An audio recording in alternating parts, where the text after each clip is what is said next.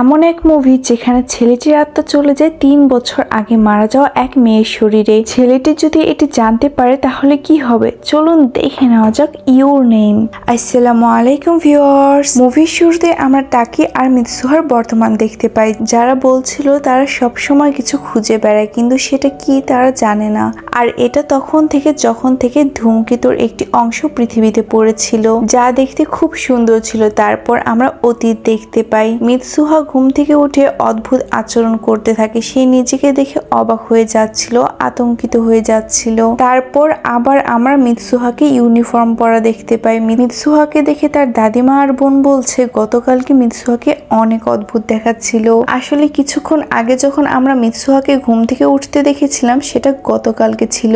মিৎসুহা সবসময় রিবন দিয়ে তার চুল বাঁধে। তারপর মিৎসুহা আর ইউৎসুহা স্কুলের দিকে যেতে থাকে। ইউৎসুহা চলে যায়, মিৎসুহা তার বন্ধুদের সাথে চলতে থাকে। তখন মিৎসুহার বন্ধুরা মিৎসুহাকে বলে গতকালকে মিৎসুহা অদ্ভুত আচরণ করেছে, আজকে কি সে ঠিক আছে? মিৎসুহা বলে তার কিছুই মনে নেই গতকালকে কি হয়েছে। পথের মাঝে মিৎসুহা দেখে তার বাবা সকলের কাছে ভোট চাচ্ছে, কারণ তার বাবা একজন মেয়রের মেয়ে বলে মিৎসুহার দিকে সবাই লক্ষ্য করে সব সময়। তাই মিৎসুহা চুপ করে চলে যাওয়ার চেষ্টা করছিল, তবে মিৎসুহার বাবা তাকে থামিয়ে দিয়ে বলে হাসি খুশি ভাবে হেঁটে যেতে। এতে মিৎসুহার ক্লাসমেটরা মজা নেয়। মিৎসুহা আরো মন খারাপ করে এগিয়ে যায়। মিৎসুহা যখন ক্লাস করছিল তখন সে তার খাতায় অন্যরকম লেখা দেখতে পায়। তখন তার টিচার মিৎসুহা বলে ডাকলে মিৎসুহা দাঁড়িয়ে পড়ে। টিচারও বলে গতকালকে তোমার নামটাও তোমার মনে ছিল না। এতে সবাই আরো হাসতে থাকে। টিফিন হলে মিৎসুহা তার বন্ধুদের থেকে শুনতে পায় গতকালকে মিৎসুহা এলোমেলো চুলে স্কুলে এসেছিল,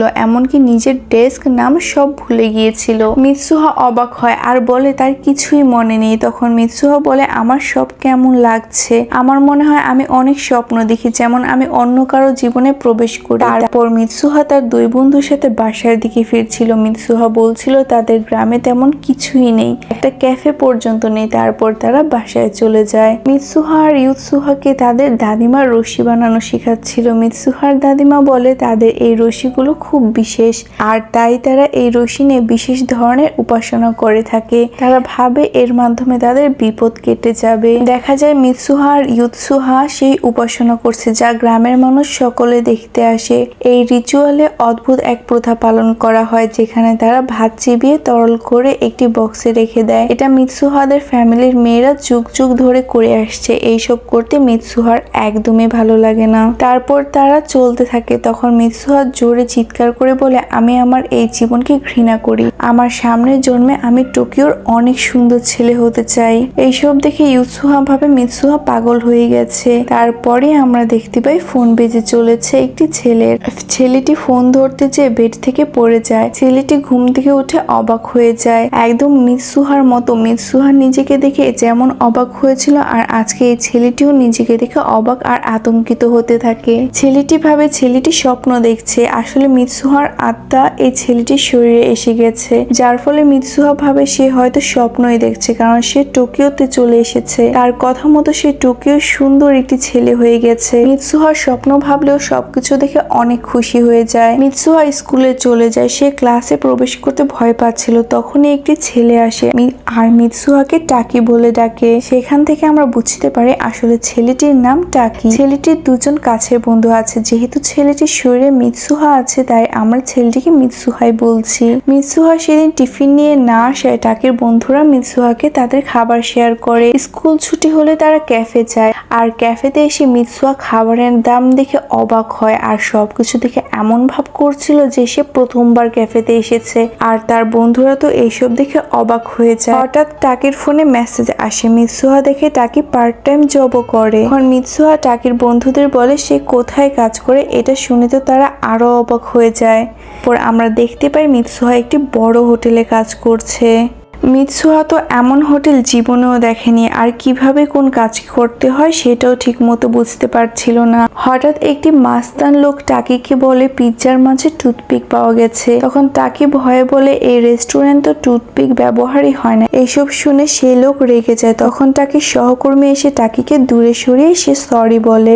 রেস্টুরেন্ট বন্ধ হওয়ার পর মিৎসুহা মিকিকে ধন্যবাদ জানায়। হঠাৎ দেখা যায় মিকির স্কার্ট কেটে গেছে। তখন মিকি ভাবে সেই মাস্তান লোকটাই এইসব করেছে। করেছিল। যখন সে ক্ষমা চাচ্ছিল তখন মিৎসুহা মিকিকে নিয়ে একটি রুমে প্রবেশ করে আর মিকিকে বলে স্কার্টটি যেন তাকে দেয়। তারপর মিৎসুহা অনেক সুন্দর করে স্কার্টটি সেলাই করে, যা দেখে মিকি অনেক খুশি হয়ে যায়। মিৎসুহা বাসায় ফিরছিল, সে তখনও ভাবতে থাকে যে এটা তার স্বপ্ন। তখন মিৎসুহা টাকির ফোন দেখতে থাকে আর ভাবতে থাকে যে সত্যি সত্যি এমনটা হলে ভালো হতো।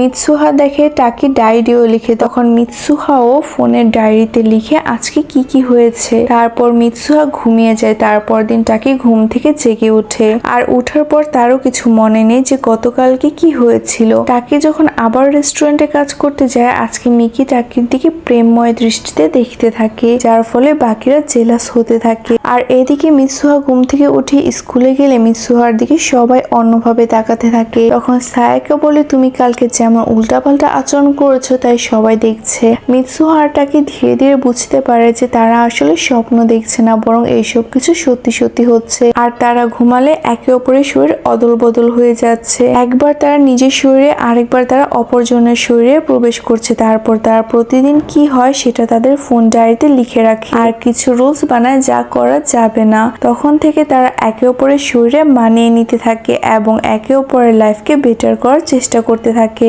আজকে টাকি অর্থাৎ মিৎসুহার শরীরে টাকি, ইউৎসুহা আর দাদিমা কোথাও যাচ্ছে। দাদিমা বলছিল তার যেই ফিতে তৈরি করে সেটা অনেক বিশেষ, কারণ সেটা সময়ের সাথে সম্পর্কিত। এটা সময়কে সংযুক্ত করে, তাছাড়া সেটা একজন মানুষকে অপরজনের সাথে সংযুক্ত করে থাকে, অর্থাৎ এই ফিতে আত্মার সাথে সম্পর্কিত।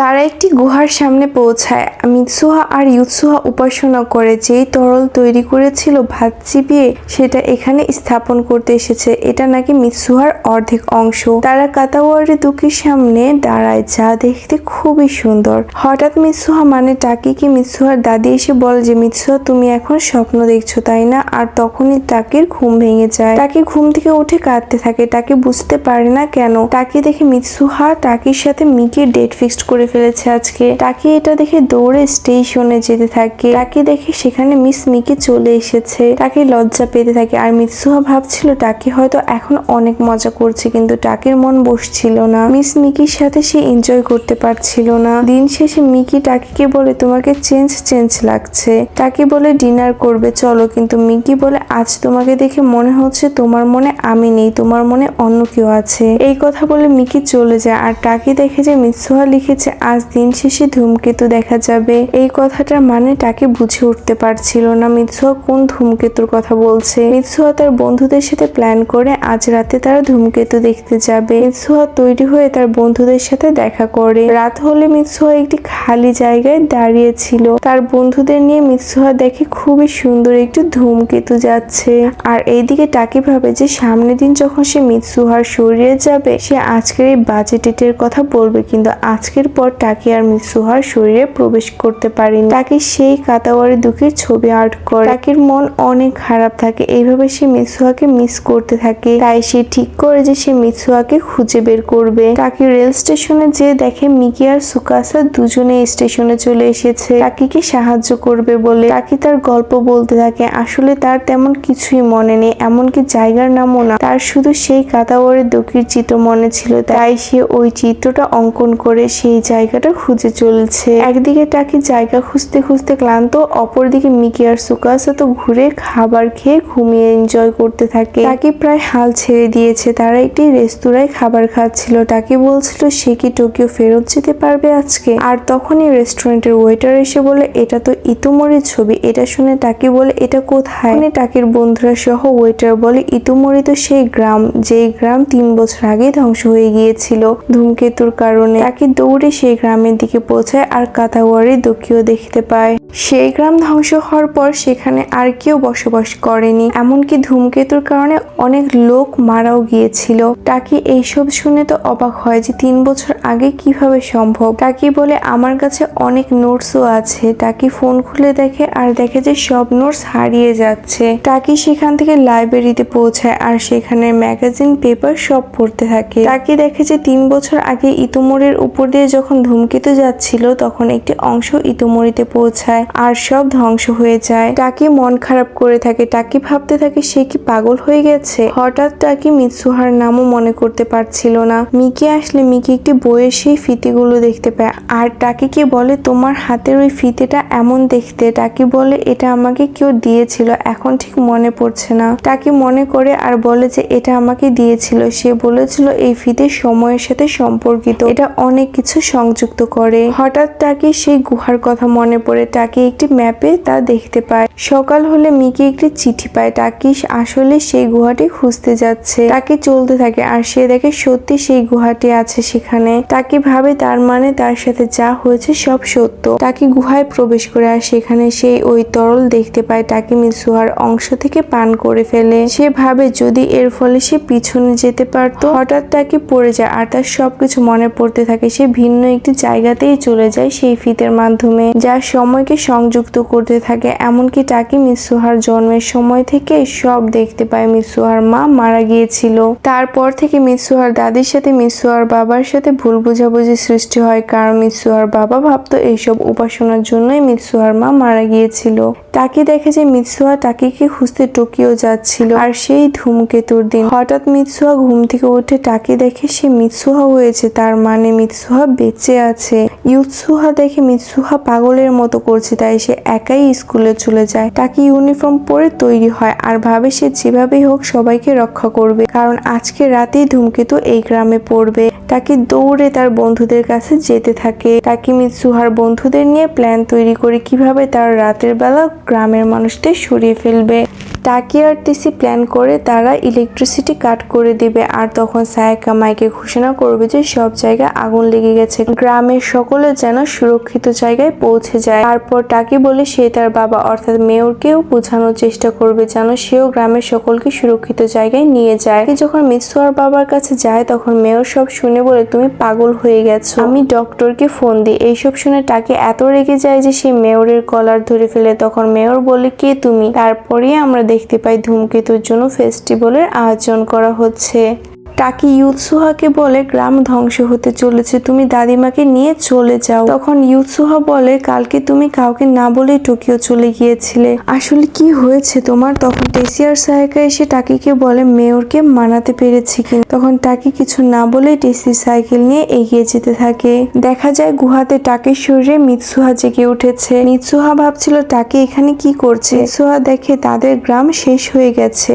মিৎসুহা ভেঙে পড়ে, এটা ভেবে সে হয়তো মারা গেছে। এইদিকে টাকি সাইকেল নিয়ে এগিয়ে যেতে থাকে। পথের মাঝে মিৎসুহার পাস্ট দেখানো হয়, যখন মিৎসুহা টাকিকে খুঁজতে টোকিও যাচ্ছিল। মিৎসুহা ভাবছিল টাকিকে সে খুঁজে পাবে আর টাকি কি মিৎসুহাকে দেখে খুশি হবে। মিৎসুহা টাকিকে খুঁজতে থাকে কিন্তু কোথাও খুঁজে পাচ্ছিল না। হঠাৎ মিৎসুহা টাকিকে ট্রেনের মাঝে দেখে। মিৎসুহা টাকির কাছে চলে যায়। মিৎসুহা টাকির সামনে দাঁড়ায়, তবে টাকি মিৎসুহাকে চিনতে পারছে না। মিৎসুহা এতে লজ্জা পেতে থাকে আর চলে যেতে থাকে। তখন টাকি বলে তোমার নাম কি? মিৎসুহা বলে মিৎসুহা, আর মিৎসুহা তার রিবনটি টাকিকে দিয়ে চলে যায়। আসলে মিৎসুহা আরো 3 বছর আগে টাকির সামনে এসেছিল আর টাকি তো 3 বছর পর ভবিষ্যতে চলছিল আর সে এখন মিৎসুহাকে চেনে। হঠাৎ মিৎসুহাকে টাকি ডাকছিল, তার একই জায়গায় ছিল, একে অপরের আওয়াজ শুনতে পারছিল কিন্তু একে অপরকে দেখতে পারছিল না, কারণ তারা ভিন্ন সময় ছিল। আর এটা এমন একটা প্লেস ছিল যেই জায়গাতে সেই ফিতের মাধ্যমে তারা একে অপরকে অনুভব করতে পারছে, কারণ সেই ফিতের মাধ্যমে তারা একে অপরের সাথে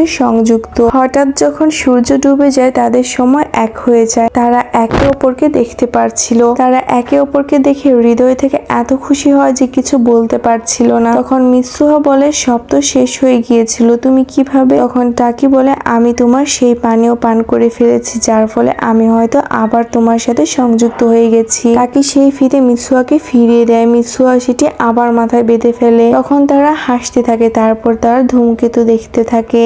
টাকি মিৎসুহাকে বলে তোমার এখন অনেক কাজ করতে হবে। মিৎসুহা বলে সে চেষ্টা করবে। টাকি মিৎসুহার হাতে কিছু লিখে আর বলে আমরা আবার নিজেদের নাম ভুলে যাওয়ার আগে নাম লিখে নেই। মিৎসুহা টাকির হাতে নাম লিখতে যায় আর তখনই হারিয়ে যায়। টাকি দেখে মিৎসুয়া শুধু একটি দাগি দিতে পেরেছিল। তখন টাকি বলে আমার তোমার নাম মনে থাকবেই, কিন্তু হঠাৎ সে মিৎসুয়ার নাম বলতে বলতে ভুলে যায়, সে লেখার আগেই ভুলে যায়। এমনকি টাকি এখানে কি করতে এসেছিল সেটাও ভুলে যায়, শুধু তার মনে হয় সে এখানে কাউকে খুঁজতে এসেছে, কিন্তু মিৎসুয়ার সব সে ভুলে যেতে থাকে। টাকি কিছু মনে করতে না পারার জন্য কাঁদতে থাকে। মিৎসুয়া সাইকেল নিয়ে যেতে থাকে আর তারপর মিৎসুয়া টেসির কাছে চলে যায় গ্রামের ইলেকট্রিসিটি কাট করতে, আর সায়াকাকে বলে কাট হলেই ঘোষণা করতে। তারপর ইলেকট্রিসিটি কাট হয়, সায়াকা ঘোষণা করতে থাকে। টেসি আর মিৎসুয়া সবাইকে বলতে থাকে জঙ্গলে আগুন লেগেছে, সবাই যেন গ্রাম ছেড়ে দেয়। তারা কিছুতেই সবাইকে গ্রাম থেকে বের করতে পারছিল না। টেসি বলে তোমার বাবাকে ছাড়া এটা অসম্ভব হবে, তুমি যাও তোমার বাবাকে মানাও। মিৎসুয়া দৌড়াতে থাকে তার বাবার অফিসের দিকে। মিৎসুয়া বুঝে যায় তার বাবা সায়াকাকে ধরে ফেলছে, যার ফলে ব্রডকাস্ট বন্ধ হয়ে যায়। টেসিকেও ধরে ফেলে মেয়রের লোকজন। দেখা যায় ধূমকেতু আসলেও ভেঙে যাচ্ছে, এটা সবাই দেখছে। মিৎসুয়া পাগলের মতো দৌড়াতে থাকে, হঠাৎ সে পড়ে যায়, তার হাতে লেখা দেখে আই লাভ ইউ। তাকে আসলে মিৎসুয়ার হাতে তার নাম না লিখে আই লাভ ইউ লিখেছিল। তখন মিৎসুয়া আবার আত্মবিশ্বাস নিয়ে দাঁড়ায় আর যেতে থাকে, আর সে এবার তার বাবার কাছে পৌঁছায় যেন তার বাবা সবাইকে উদ্ধার করে। আর টাকিকে দেখা যায় সে ধূমকেতু দেখছে, ধূমকেতুর অংশগুলো ইতুমরির উপরে এসে পড়ে আর সবকিছু ধ্বংস হতে থাকে, গ্রাম প্রায় গায়েবই হয়ে যায়। তারপর আমরা টাকিকে সেই কাদাওয়ারের দোকির সামনে দেখতে পাই, সে তার হাত দেখছে আর অনেক বছর পর সে এখনো তার হাত দেখছে। আর রিবন পরা মেয়ে দেখলে সে কিছু একটা অনুভব করে আর খুঁজতে থাকে। টাকি সব সময় কিছু না কিছু খুঁজতে থাকে, যার ফলে সে জব ইন্টারভিউ পর্যন্ত ঠিক মতো দিতে পারে না। তার মন সব সময় কিছু খুঁজে চলে। তার বন্ধুরা সকলে বড় বড় জব পেয়ে গেছে, শুধু সেই এখনো সিঙ্গেল আর কিছু খুঁজে চলে। মিস মিকি এখনো টাকির বন্ধু। তখন মিস মিকি বলে তোমার মনে আছে আমরা ইতুমরি গিয়েছিলাম আর তুমি আমাদের রেখেই কোথাও চলে গিয়েছিলে? তখন টাকি বলে আমার কেন যেন সেই ধূমকেতুর ঘটনা খুব আকর্ষণ করতো। ইতুমরিতে ধূমকেতু পড়েছিল, তবে মানুষ মারা যায়নি, সেখানের অধিকাংশ মানুষ সুস্থ ছিল। মিস মিকিরও এঙ্গেজমেন্ট হয়ে গেছে। তখন মিস মিকি বাই বলে চলে যায়। টাকি ভাবে সে অনেক গুরুত্বপূর্ণ কিছু খুঁজে চলেছে। হঠাৎ টাকি টেসি আর সায়াকাকে দেখতে পায় আর কিছু অনুভব করতে পারে। টাকি তুষারপাতের সময় হেঁটে যাচ্ছিল, পাশে একটি মেয়েও হেঁটে যাচ্ছিল। টাকি পিছনে ফিরে তাকায়, আবার চলে যায়। সেই মেয়েটিও তাকায়, তবে চলে যায়। আসলে মিৎসুয়া জীবিত আছে, মিৎসুয়াও টাকিকেই খুঁজে চলেছে, তবে সেও জানতো না কি খুঁজে চলেছে। তাদের হৃদয়ের অনুভূতি তাদেরকে একে অপরের কাছে টানে। সময় যেতে থাকে। হঠাৎ একদিন তারা এক স্টেশন সরাসরি একে অপরকে দেখতে পায়। তারা ট্রেন থেকে বের হয়ে দুজন দুজনকে খুঁজতে থাকে। তখন এক সিঁড়ির কাছে তারা একে অপরকে দেখতে পায়। মিৎসুয়া সিঁড়ির উপর থেকে নিচে নামতে থাকে আর টাকি নিচে থেকে উপরে যেতে থাকে। তখন দুজনে দাঁড়িয়ে পড়ে। টাকি মিৎসুয়াকে ডেকে বলে আমরা কি আগে কখনো দেখা করেছি? মিৎসুয়া কান্না করে বলে হয়তো। তখন তারা একে অপরকে জিজ্ঞেস করে তোমার নাম কি? আর গল্পটি এখানেই শেষ হয়। নতুন নতুন মজার মজার মুভি দেখতে লাইক সাবস্ক্রাইব করে পাশেই থেকো।